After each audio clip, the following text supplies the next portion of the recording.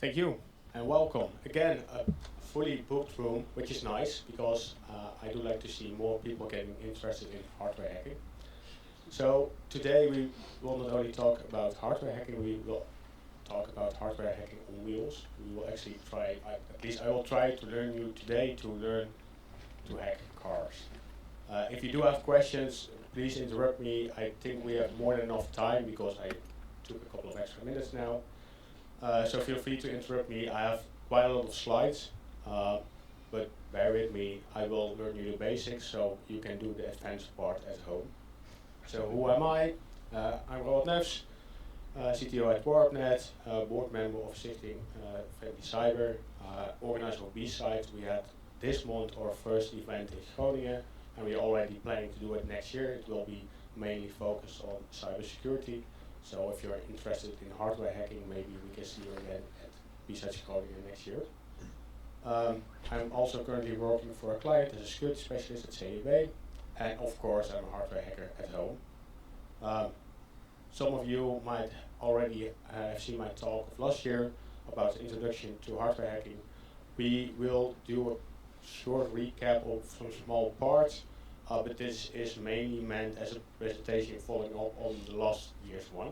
So if you have any questions, if I go too fast, just raise your hand and we will slow down a little bit. So of course, if you do any hacking part, we also have to do like some kind of disclaimer. So today, the things I will try to learn you are for educational purpose only. Hacking cars means that you can break your own car, like you can actually damage your car, so it won't drive anymore. You will learn to modify some of the safety critical systems. For example, your airbag is quite an important part of your car, so be aware that you might break those important things.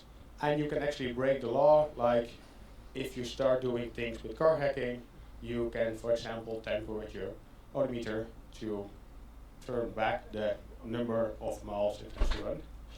So proceed at your own risk and only work on vehicles or cars you own or you have explicit permission to test. So as I said, you can break your car. So today we will talk about my wife's car. She owns like a pretty nice Seat Ibiza 2011, but if you look back in the history of cars, it's still quite a modern car. Modern cars nowadays have quite a lot of computers in it, so it is basically a computer on wheels. And we have those computers in it due to safety reasons, advanced features like nowadays we want to listen to music on like Spotify or CarPlay, so you would need an extra computer for that. And due to emissions. So car manufacturers had to make their cars more efficient. They have to do quite a lot of complex stuff, so you would need extra computers for that.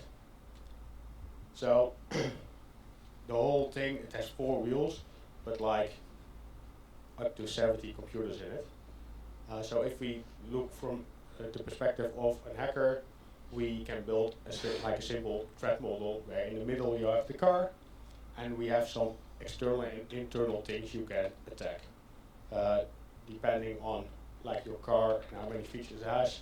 Like some cars nowadays, you can get them with cellular connection, Wi-Fi, Bluetooth, with all the other things as well.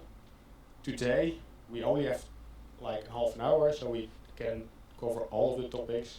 But if you look towards the car, the threat model, from the outside we're going to attack the keyless entry system of the car, and from the inside we're going to take a deep dive into CAN bus and the OBD2 board. So, my wife's car, like it's 2011, it does have a keyless entry system, but if I say keyless entry, we do expect that you can approach your car and open the door. But keyless entry is actually still the thing with the key fob where you have to press a button to open it. This keyless entry system is in almost all of the cars the same. It's a signal, at least in Europe, on 433 megahertz. Last year we took a deep dive into hacking radio signals, where you can learn the basics of how to approach this. The important thing to know is the difference between this key fob and the doorbell of the action is that this one is a little bit more secure. So it doesn't use the same code every time. So what you would do when you hack like a wireless doorbell, you capture the signal and you can just replay it. In this case, they thought of that and they are using a rolling code, so you would need a different code each time to open the car. So in practice, how does this work? Like if you press the key fob, you will send the code 1 in this example. And then the second time, you send a new code. It's a different code, but it's a newer one. It hasn't seen it before, so the car still opens. Of course, things can go wrong, so some signals don't end up in the car. So even if the car sees a newer code, but this missing one, it's still accepted. But then, if you send an older one, like a code it should have seen earlier on, it's being skipped by the car. So you're only allowed to send newer codes which it hasn't seen before. But of course, we're today on Pygrunn, so we want to attack this car, this keyless entry system with Python. So for that we of course need some hardware, because we have to talk to hardware stuff with Python. So I've bought like a couple of yardsticks. Apparently, like last year I told you I owned 2.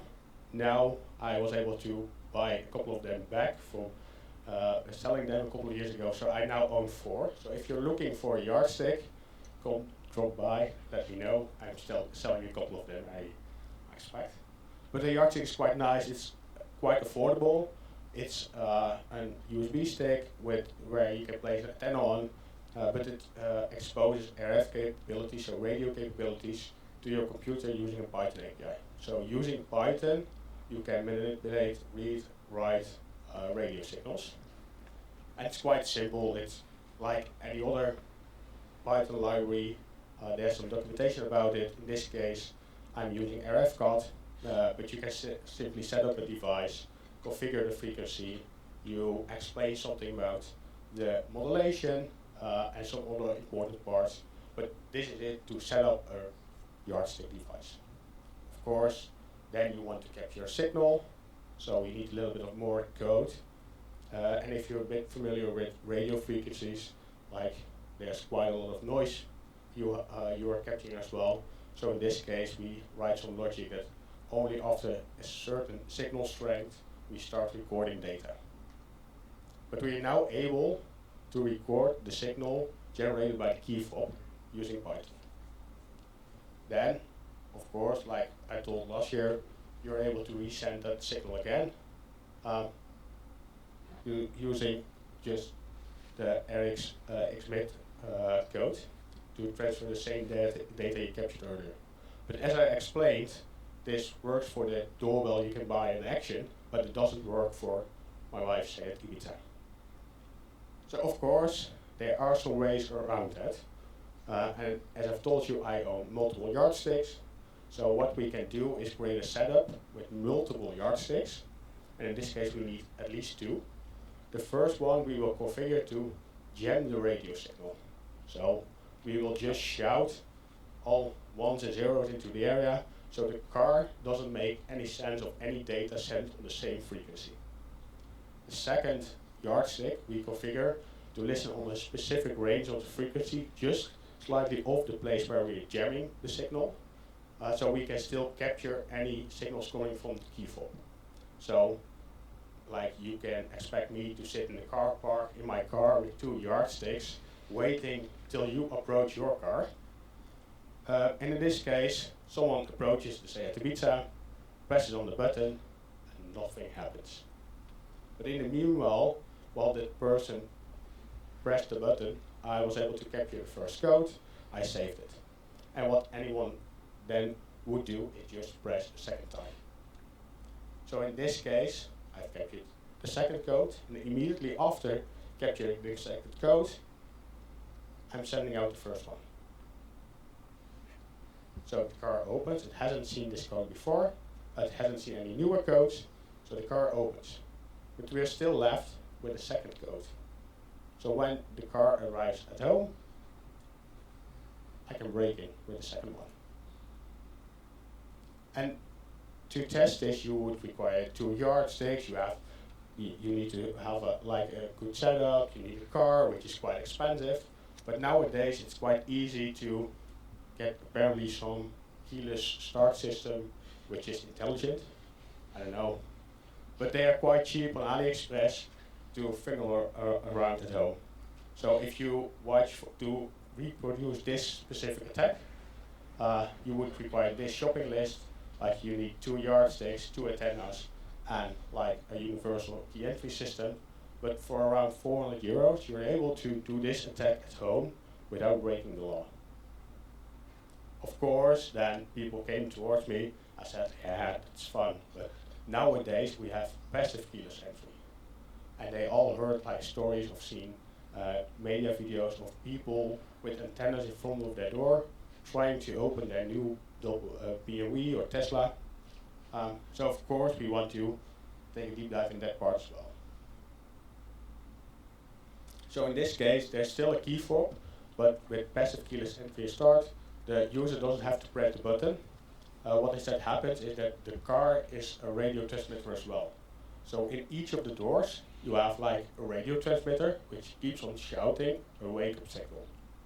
And the range is quite small, so it's on the lower frequency of the radio spectrum, but if you're approaching the car within a meter or two, the key fob is able to listen on to that signal. And when it receives the wake-up signal, it will shout back with quite a lot of range that it has seen the signal. So the signal from the car to the key fob only reaches like a meter, but the signal from the key fob towards the car can reach up to 80 meters. In this case, the key fob lets the car know that it has seen the car, so the car can put up a challenge, and the key fob has to respond. But as you can see, if you watch to this modern car and compare it to the Seat Ibiza, you would require some radio things on like the higher spectrum and the lower spectrum, which gets expensive quite fast. And of course, you want to make sure that because you're now as a user don't have to press anything, this can happen like all day. While you're sleeping, your key fob is on the kitchen table, attackers can approach and using the attack we've seen before, they can capture the signal, relay it to the car, and then actually try to break in. So a simple solution for it is to store your key fob in a box. So think inside the box. But that's fun. We're now able to break into cars from the outside. But what if you don't have any key? Like in this case, another security researcher who is actually quite advanced in car hacking, owns a Toyota RAV4, and he put on this tweet in 2022 where he found his Toyota with his fender broken down. And apparently they tried to access the headlight. And if you look at this topic a little bit more, you see that nowadays apparently you can get LED adapter for CAN bus to make your headlight smarter.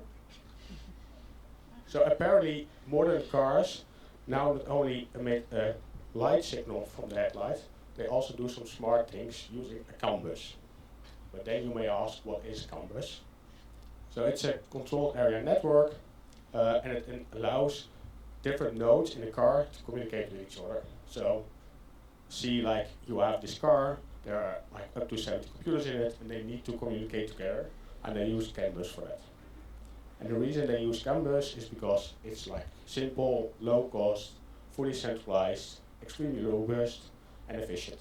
Not only cars use that, you see this quite a lot in operational technology as well. In agriculture, the same protocol or CAN bus is used as well. But if we take a deep dive into CAN bus, you will see that you would only need 2 cables to create a bus, and over this bus you send different CAN frames. So if we look at like a specific CAN frame, like we have this protocol, but there are 2 important parts for us today, because we only have like half an hour, the ID and the data part. So in this case, the ID lets any of the nodes know it's sending a specific signal for a specific node, and the data is actual payload it wants to send. So for example, something you might see in the SATA beta is like those hexadecimal digits. So we have an ID 280 and apparently some data. The nice thing about CAN, it only uses 2 wires. So you have to tell, or at least let the car know, which CAN frame to prioritize, because if all computers start shouting, then no one is able to receive any message. So what the car does is, the lower the CAN ID, the higher the priority. So if a computer sees 2 CAN frames entering, it would only allow the one with the lowest ID to pass on. So take for example an airbag. Do you expect that one to be a higher or a lower ID? Low, indeed. So if we are able to hack into the CAN bus of a car, and you would start sending count frames with ID 0, you would have a higher priority than the airbag. So if you want to do a denial of service, and you, for example, are able to access someone's car, then you just start shouting ID 0 and they get priority over the airbag. But that's nice, we talked about CAN bus, but let's take a little bit more deep dive into the computer units, the nodes itself, the electronic control units. As I've told, modern cars may have up to 70 ECUs. I think some might even have a couple more, and they are connected to other parts of the network. Not on all cars, all ECUs are connected together, but on some cars you have like different CAN bus networks with a couple of those ECUs connected together. And in this case, you see an example of one ECU sending a message towards ECU 2. So it prepares and sends the count frame, the second ECU checks it, accepts the message, sees it's dedicated for this ECU, and accepts it. But the same CAN message is also being sent to the third computer, because it's on the same line, so everyone receives the same messages. It accepts the message, it checks it, but it sees that the ID is not for this ECU, so it ignores the message itself. But then you might ask, that's fun, we have this internal network, but it's internal of the car. How would we approach it as an attacker? How would we connect into this CAN bus? So as we've seen from the Twitter images of one of those security researchers, apparently there's like a flaw in the Toyota 4 where you're able to access the CAN bus from the headlight unit. So if you break down the fender, and you can do this by hand, like you have the wheel, you break down the plastic, and then you're able to plug into the CAN bus itself. So then you're on this network, and the funny thing is, like I said, on the same network you can have multiple nodes, but the vulnerability on the Toyota part is interesting because they chosen to connect a couple of important computers together. Like the headlight is on the same network as the door control. So if you're on this network, you can send a message to open the door. And this is often the case for a lot of cars, but the interesting thing, it's also on the same network as a smart key system. So instead of having the needs to hack the key, like the attack we saw earlier, we can just send like faulty CAN messages saying that we accept the key challenge. So then you're able to open the door, you're able to let the car think it's seen the key in the actual car, and then apparently even engine control is on the same CAN bus. So using another payload, we can also start the motor, and then the car would function as normally. So that's quite interesting. That is the case for like Toyota. They fix it like in a later version of the car, but do expect the same Toyotas to keep on rolling for the next couple of years. So the solution of Toyota was to provide a simple bracket you could put onto your headlight, so you're not able to access it as easily as it has been before, but it's still vulnerable. But this requires to break down a car, which might also be expensive to fix. So for us to do some research, there's an easier part, the OBD2 port. And some of you might recognize this port. If you go home later tonight, check underneath your steering wheel. If you look down, it might be behind a specific compartment, but in most cars you will find this port underneath your steering wheel, and you will see it has 16 pins. The interesting thing, this 16-pin connector near the steering wheel has like quite a lot of history in car manufacturing. It started out in the 90s, where in California, by law, car manufacturers were required to put on this port, this OBD2 port in their cars due to emission controls. The state of California wanted to check in the same way for every car that it passes emissions. Later on, this OBD2 port also became required in Europe for gasoline and diesel cars. Note, it's not required for electric cars. You might still come across it, but it's not mandatory to adhere to the same spec. The interesting thing is that by 2008 in the US, all cars must have like an OBD2 port, must include CAN. So for a car manufacturer, it's quite smart to just use a CAN bus, because like it's required for the OBD2 port. You already need it to communicate to all of the ECUs to allow some diagnostics to be sent. So most of the cars nowadays still use CAN bus. So the CATB again, we want to access the CAN bus. So for this we can use the Cannibal Pro. It's like a low-cost open source USB to CAN adapter. It's actually low cost. Like if you look around, you can find them for 5 to 10 euros already, and it exposes CAN capabilities to your computer using a Python API. Of course, I start fiddling around with my wife's car. Like she asked me what I'm doing, and apparently I'm not allowed to try those things on her car. So there's only one solution to buy car parts, apparently. So I looked around for the specific car parts for the same Seat model, because I know if I'm able to hack them on my test bench, I should also be able to hack her car. So I only have to try to access her car one more time if I know what payload to send. So in this case, I went on eBay and I bought an instrument cluster. It came from the UK, so there is like a small difference, like mine says miles and hers says kilometers, but it's like the same component. And on the back, we only have one connector without any descriptions. So this 32-pin connector is apparently quite hard to find any information on the internet on how to connect to this port, but after looking through some forums and just trying out like what could go wrong, I could only break this test cluster in our car. I found out that I'm able to connect using a couple of cables, and you see in this case that we have like the CAN messages, the higher pins, and lower on we have to send it, we have to give it power, so we need a 12-volt connection and a ground connection, and if you turn on the car, you have to turn on the ignition, and that is where we see the switch coming in. So the switch 12-volt.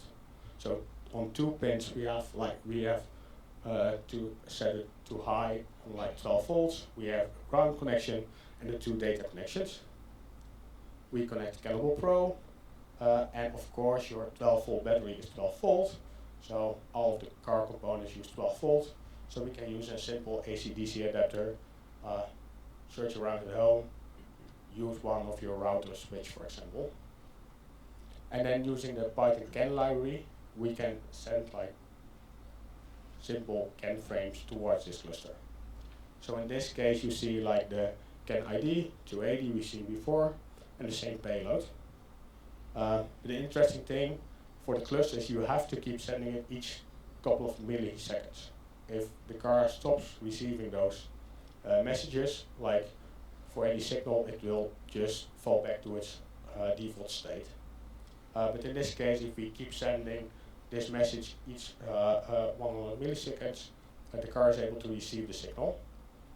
And here you will see an example of a couple of CAN messages being sent. So in this case, we turn on the light because it's clear to see. And then you see we can send the signal to send an RPM signal to the cluster.